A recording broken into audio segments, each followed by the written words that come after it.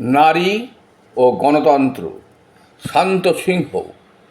নারী মুক্তি মানে সামন্ত সাংস্কৃতিক পুরুষতান্ত্রিক কর্তৃত্বের বিরুদ্ধে নারীবাদী কর্তৃত্ব আরোপ করা নয়।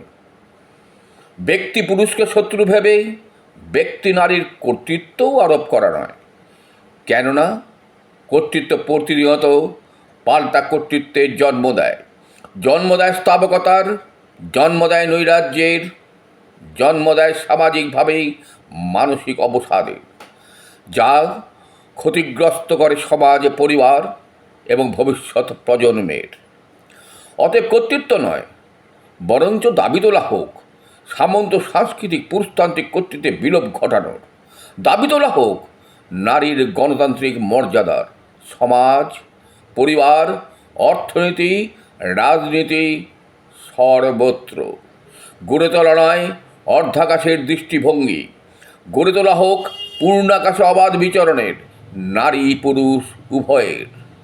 কেননা দুই বিপরীতের ঐক্যেই তো নতুনের বিকাশ সূচিত হয়।